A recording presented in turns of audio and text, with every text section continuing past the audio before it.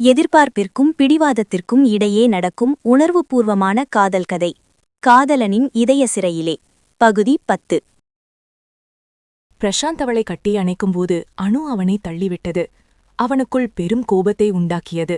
அங்கிருந்த சோஃபாவில் அமர்ந்தவன் தன் கைகளை மடக்கிக் கொண்டு கண்களை மூடி கோபத்தை கட்டுப்படுத்திக் கொண்டிருந்தான்.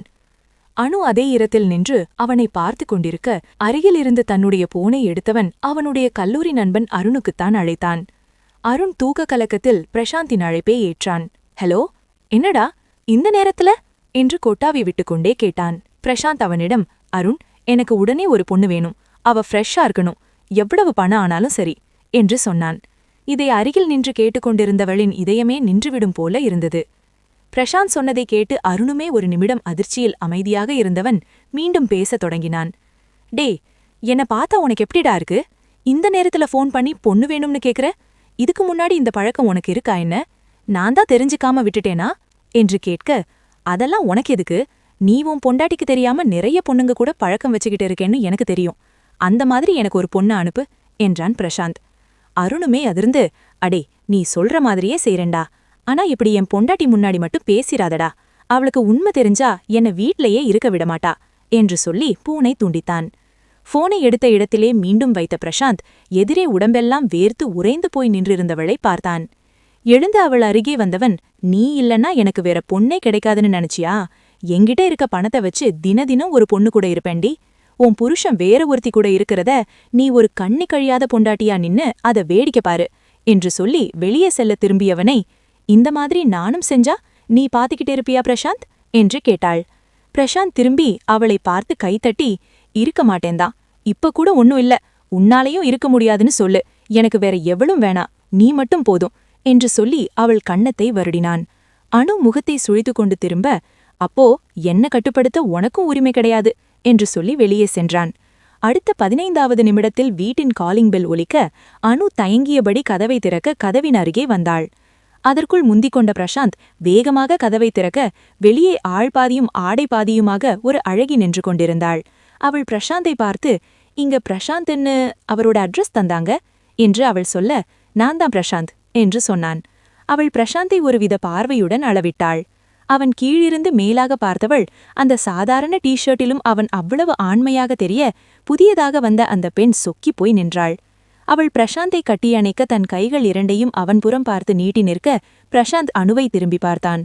அவள் அவனை பார்த்து உதட்டை சுழிக்க, பிரசாந்த் அந்த பெண்ணை கட்டி அணைத்துக் கொண்டான். இதை பார்த்த அணுவிற்கு அடிவயிறெல்லாம் எரிய ஆரம்பித்தது. சரி, இவனை விட்டு எப்படியும் பிரிந்துதானே செல்லப் போகிறோம், இவன் எப்படியோ போகட்டும் என்று நினைத்து அங்கிருந்து நகர சென்ற அணுவின் கையை பிடித்துக் கொண்டான் பிரசாந்த். பிரசாந்த் அணுவை பார்த்து, எங்கடி போற, இங்கேயே நின்னு நாங்க பண்றத பாரு என்றான். அணு அவனின் கைப்பிடிக்குள் இருந்த தன்னுடைய கையை எடுத்துவிட முயற்சி செய்து கொண்டே, பிரசாந்த், என் கைய விடு என்றாள். நல்லா இருந்த என்னையே இப்படி மாத்தினவளே நீதானே, இங்கேயே நில்லு என்று சொல்லி அவளின் கையை மேலும் இறுக்கினான். அந்த பெண்ணை கட்டி அணைத்துக்கொண்டு அவன் செய்வதையெல்லாம் பார்க்க முடியாமல் அவளின் கண்கள் கண்ணீர் கசிந்தது. அவளின் உதடு மட்டுமே அவனை வேண்டாம் என்று சொல்கிறதே தவிர அவனை வேறு யாருக்கும் விட்டுத்தர அவளின் மனம் முன்வரவில்லை. அவள் கண்கள் ஈரமாகி இருப்பதை கவனித்த பிரசாந்த், இப்போ கூட ஒன்னும் இல்ல, நீ வரேன்னு சொல்லு, அவளை இங்கிருந்து அனுப்பிடுறேன் என்றான். அணு அவனின் பக்கமே முகத்தை திருப்பாமல் இருக்க அவன் அந்த பெண்ணின் தாடையை பிடித்தான். அணுவின் கையையும் விட்டுவிட்டான். ஆனால் அவனுடைய தேவையே அணுதான் என்பதால் அவளை இன்னும் வெறுப்பேற்ற அந்த பெண்ணின் உதட்டில் முத்தம் வைக்க அவள் அருகில் சென்றான். அதற்கு மேல் அதை பார்த்து கொண்டிருந்த அணுவால் பொறுக்க முடியாமல் பிரசாந்தை பிடித்து தன் பின்னால் இழுத்துவிட்டு அந்த பெண்ணை கீழே தள்ளிவிட்டாள். ஒரு வழியாக பிரசாந்த் எதிர்பார்த்தது நடந்துவிட்டது. அணுவின் இடையை பிடித்து தன் பக்கம் இழுத்து தன்னோடு அணைத்துக் கொண்டான். அணு அவனின் பிடியிலிருந்து விடுபட முயலாமல் இருக்கவே அவள் தன்னுடைய வழிக்க வந்துவிட்டாள் என்பதை புரிந்து கொண்டவன் அந்த புதிய பெண்ணை பார்த்து, நீ வந்த வேலை முடிஞ்சிடுச்சு, இனி எனக்கு இவளே போதும், நீ கிளம்பலாம் என்று சொல்லி அவளிடம் பணத்தை கொடுத்தான். அந்த பணத்தை வாங்கிக் கொண்ட அந்த பெண்ணும் பிரசாந்த் கிடைக்காத வருத்தத்துடன் அங்கிருந்து சென்றாள். பிரசாந்த் அணுவை தன் கைகளில் தூக்கிக் கொண்டு படுக்கையறைக்கு வந்தான். அவளை கட்டிலில் கிடத்திவிட்டு அவள் மீது தன் பார்வையை சுழலவிட்டான். அணுவிற்கு அவனை பார்க்கும்போது வேங்கை புலி தன் இரையைக் கண்டு தன்னுடைய பசியை தீர்த்து கொள்ள வேட்டையாட வருவது போல இருந்தது. கட்டிலில் இருந்தவளின் மேல் நின்றபடியே சாய்ந்தவன் அவள் உடுத்தியிருந்த சேலையில் லேசாக விளக்கி தன்னை சிறை செய்த அவளின் இடையை எந்த ஒரு தடையுமும் இல்லாமல் பார்த்து ரசித்தான். அதில் அவனுடைய சின்னத்தை பதித்தான். அவனின் தீண்டலில் சிலிர்த்து போனாள் பேடு. அவளின் உடலை மறைத்து கொண்டிருந்த சேலையை அவளிடமிருந்து பிரித்தெடுத்தான். அவள் நாணத்தோடு தன் கண்களை இறுக்கி மூடிக்கொண்டாள். அவளின் இதழை அவன் விரல்களால் வருடிவிட அதில் கண் விழித்து அவனை பார்த்தாள். அவள் மீது படர வந்தவனின் மார்பின் மீது கை வைத்து தடுத்தாள். அவளை அவன் கேள்வியாக பார்க்க, என்னோட மனசை இப்படி சுக்குநூறா உடைச்சிட்டு அதுல எந்த ஒரு சந்தோஷத்தையுமே நீ பார்க்க முடியாது. நீ நிஜமாவே ஒரு டெவில் தான் பிரசாந்த் என்றாள். அவன் அவளை நக்கலாக பார்த்து தேங்க்யூ என்று சொல்லி தன் மார்பின் மீதிருந்த அவளின் கையை தட்டிவிட்டான். அவளை இவ்வளவு பேச வைத்த அவளின் இதழுக்கு தண்டனை கொடுத்தான். அவளின் இதழை நீண்ட நேரம் கடித்து புசித்து கொண்டு இருந்தான். அவளிடமிருந்து முழுவதுமாக ஆடையை களைந்து அவள் உடலின் ஒவ்வொரு இடத்தையும் கண்களாலே விழுங்கிக் கொண்டு இருந்தான். பிரசாந்த் வேண்டாம், என்னை விட்டுடு என்றவளின் குரலை காதில் வாங்கிக் கொள்ளாதவன் அவளின் மார்பு கூட்டிலே தன் முகத்தை புதைத்து கொண்டான். அவளின் நறுமணம் அவனை மயக்கமடைய செய்ய அவன் அவளை வெறிகண்டார் போல வேட்டையாடத் துவங்கினான். அவள் வழியில் துடித்த துடிப்பிலும் அவள் கத்திய கதறலிலும் அந்த அறையே அலறியது. ஆனால் அவளின் கதறல்களை கொஞ்சம் கூட சட்டை செய்யாமல் அரக்கனாக மாறி இரக்கமே இல்லாமல் அவளை துடிக்க விட்டான். அணுவிற்கு கண்களிலிருந்து கண்ணீர் வழிந்து கொண்டிருந்தது. அவர்கள் வாழ்க்கையில் வரும் முதல் கூடல். ஆனால் அது அணுவிற்கு சந்தோஷத்திற்கு பதிலாக கண்ணீரை தந்தது. தன்னுடைய விருப்பு வெறுப்பிற்கு மதிப்பு தராதவனாக இருக்கிறானே, வேறொரு பெண்ணை மனதில் வைத்துக்கொண்டு தன்னிடம் எப்படி இவனால் இப்படி நடந்து கொள்ள முடிகிறது என்று நினைத்து நொந்து போனாள். பிரசாந்தின் மனதில் அணு கொஞ்சம் கொஞ்சமாக உள்ளே நுழைந்து கொண்டிருந்தாள். ஆனால் அணுவின் மனதில் பிரசாந்த் கொஞ்சம் கொஞ்சமாக வெளியே சென்றான். அதற்கு மேல் அவளால் வலியை தாங்க முடியாமல் அவனை விலக்க முயற்சி செய்தாள். ஆனால் அவனுடைய பிடியில் எதுவுமே செய்ய முடியவில்லை. அவளை தன் வசப்படுத்தி அவளின் உடல் முழுவதும் ஆட்சி செய்து கொண்டிருந்தான். அவனுக்கு மிகவும் பிடித்த அவளின் இடையை எவ்வளவு காயப்படுத்த முடியுமோ அவ்வளவு காயப்படுத்தினான். அவளை முழுவதுமாக வேட்டையாடிவிட்டு ஒரு மெல்லிய வெற்றி புன்னகையோடு எழுந்து நின்றான். கரும்பை சாரி பிழிந்தெடுத்து போட்டது போல் சக்கையாக கிடந்தாள் அணு. அவளின் உடலில் பல இடத்தில் வலியினால் சிவந்து போயிருந்தது. அதை பார்த்த பிரசாந்த் அவனின் இதழ்களால் ஒத்தடம் கொடுக்க ஆரம்பித்தான். அந்த இரவு முழுவதும் அவளை முத்தமழையில் நனைய வைத்துக் கொண்டிருந்தான். அடுத்த நாள் அணுவின் உடல் வேதனை கொள்ள அவள் அந்த வழியிலேயே அலுவலகத்திற்கு தயாராகினாள். பிரசாந்த் அவளின் வேதனையை புரிந்து கொண்டு, நீ இன்னைக்கு ஆஃபீஸ் வர வேண்டாம், வீட்லயே ரெஸ்ட் எடு என்றான். அணு அவனின் பேச்சுக்கு மதிப்பு கொடுக்காமல் அலுவலகத்திற்கு தயாராகி கொண்டிருந்தாள். பிரசாந்த் கடுப்பாகி அவளின் கையை பிடித்து, உங்கிட்ட தாண்டி பேசிக்கிட்டு இருக்கேன், திமிராடி உனக்கு, வீட்லயே ரெஸ்ட் எடுன்னு சொன்னா உனக்கு புரியாதா என்று கோபமாக சொன்னான். அவள் அவனின் கையை உதறிவிட்டு, ஆடு நனையுதேன்னு ஓனாய் கவலைப்படுதான் என்று அவள் வாய்க்குள்ளே முனகினாலும் அது பிரசாந்தின் காதை எட்டியது. அவளின் முடியை பற்றியவன் தன் பக்கம் இழுத்து அவளின் முகத்தை கூர்ந்து பார்த்தான். அவளின் இதழில் அழுத்தமான முத்தத்தை கொடுத்தவன் அவளை பார்த்து, அந்த ஆட்டை அந்த ஓநாய் கொஞ்சம் கொஞ்சமா சாப்பிட்ற வரைக்கும் அந்த ஓநாய்க்கு அந்த ஆட்டை பத்தின கவலை இருந்துகிட்டே தான் இருக்கும் என்றான்.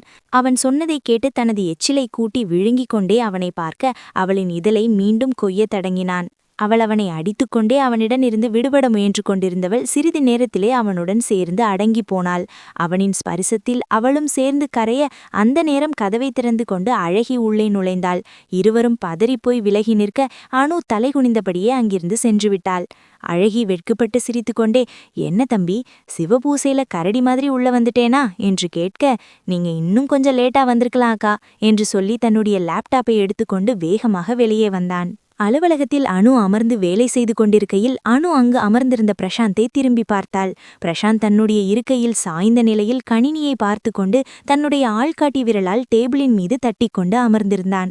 அவனை பார்க்கும்போது அணு கல்லூரியின் முதல் நாளில் பிரசாந்தை பார்த்த நிகழ்வுதான் அவளின் நினைவுக்கு வந்தது.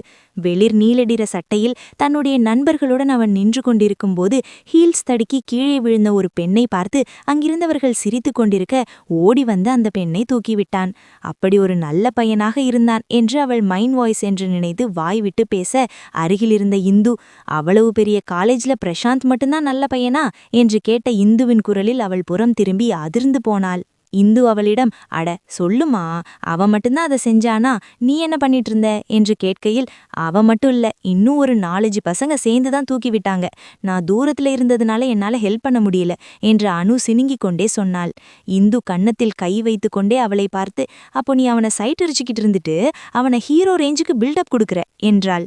அனு பதறிப்போய், அவன் காதுல விழுந்துற போது அமைதியாயிரு என்று சொன்னாள். உன் புருஷன் தானே, அவனுக்கு தெரிஞ்சா என்ன பிரச்சனை என்று இந்து கேட்க, காலேஜ்ல அவனும் நானும் எப்பவும் சண்டை போட்டுக்கிட்டே தான் இருப்போம். என்னோட தன்மானத்தை விட்டு அவன்கிட்ட சொல்ல முடியல. கல்யாணத்துக்கு அப்புறம் பிரசாந்த் ரொம்ப மாறிட்டான். அவன்கிட்ட சொல்லவே எனக்கு தோணல என்றாள். இந்து சலித்து கொண்டே திரும்பி தன்னுடைய வேலையை தொடர்ந்தாள். அனு மீண்டும் திரும்பி பிரசாந்தையே பார்க்க பிரசாந்த் எதர்ச்சியாக அவளை பார்த்தான். அவன் அவளை பார்த்து வாயை திறக்காமல் ஒரு சிரிப்பை அவள் புறம் உதிர்த்துவிட்டு மீண்டும் கணினியையே பார்த்தான். அவனை பார்த்து அணுவிற்குதான் குழப்பமாக இருந்தது. நேற்றிரவு தன்னிடம் அவ்வளவு கொடூரமாக நடந்து கொண்ட பிரசாந்த் தான் இவனா என்று யோசித்துக் கொண்டே இருக்க, அவளின் மனமோ ஒருவேளை பிரசாந்த் பூர்ணிமாவை மறந்துவிட்டு தன்னை மனைவியாக ஏற்றுக்கொண்டானா என்று யோசிக்கத் தொடங்கியது. அதற்கு முற்றுப்புள்ளி வைப்பது போலவே பூர்ணிமா அணுவிடம் வந்து, அனு, நீ பிரசாந்த் ஃப்ரெண்டு தானே, எனக்கு ஒரு உதவி செல்வியா என்று கேட்டாள். அனு புரியாமல் பூர்ணிமாவை பார்க்க, நானும் பிரசாந்தோ ரொம்ப டீப்பா லவ் பண்றோம். ஆனா இப்போ என் மேல பிரசாந்த் கோபமாக இருக்கான் என்று சொன்னாள். என் புருஷனை நீ எப்படிடி லவ் பண்ணலாம், அதையும் என்கிட்டயே வந்து சொல்ற என்று மனதிற்குள்ளேயே நினைத்து கொண்டவள் அதை அவளிடம் வெளிக்காட்டிக் கொள்ளாமல், என்ன கோபம் என்று மெதுவாக கேட்டாள். பிரசாந்தும் நானும் கல்யாணம் பண்ணிக்கிறதா இருந்தோம். ஆனா என்னால அன்னிக்கு ரெஜிஸ்டர் ஆஃபீஸுக்கு போக முடியாம போயிடுச்சு. அன்னிக்குதான் இந்துக்கும் விஷ்ணுக்கும் கல்யாணம் ஆனுச்சு. நான் போகத்தால பிரசாந்த் என் மேல ரொம்ப கோபமாக இருக்கான் என்று பூர்ணிமா சொல்லும்போதுதான் பிரசாந்த் பூர்ணிமாவை திருமணம் செய்து கொள்ள ஏற்பாடு செய்தது அணுவிற்கு தெரிந்தது. அன்றிரவுதான் அவனுடன் தனக்கு திருமணம் நடந்ததையும் புரிந்து கொண்டவள், அவன் வாழ்க்கையில ஒரு விபத்தாதான் தன்னுடைய வருகையே இருந்திருக்கு என்று தெரிந்து கொண்டாள். அப்படி இருக்கையில் அவன் மீது தன்னுடைய கோபத்தை காட்ட என்ன நியாயம் இருக்கிறது என்று எண்ணிக்கொண்டவள் பூர்ணிமாவை பார்த்து, உன்னையும் பிரசாந்தியும் நான் சேர்த்து வைக்கிறேன் என்று சொல்லி எழுந்து பாத்ரூமுக்குள் சென்றாள். கடைசி வரை தன்னுடைய காதல் வெறும் காணல் நீர்தான் என்று நினைத்து தன் மனதை திடப்படுத்திக் கொண்டு யாருக்கும் தெரியாமல் கழுத்தில் மறைத்து வைத்திருந்த தாலியை கழட்ட நினைத்தாள். ஆனால் அது முடியாமல் போகவே முகத்தை துடைத்துக் கொண்டு வெளியே வந்து தன் வேலையை தொடர்ந்தாள். அப்போது அசோக் ஏவி விட்டு சாரா அணுவிடம் வந்தாள்.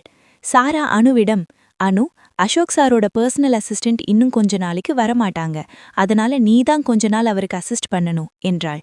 அசோக் பற்றியெல்லாம் தெரிந்திருந்தும் அவனுக்கு பிஏவாக இருக்க எப்படி சம்மதிப்பாள்? சாராவிடம் மறுப்பு சொன்னாள்.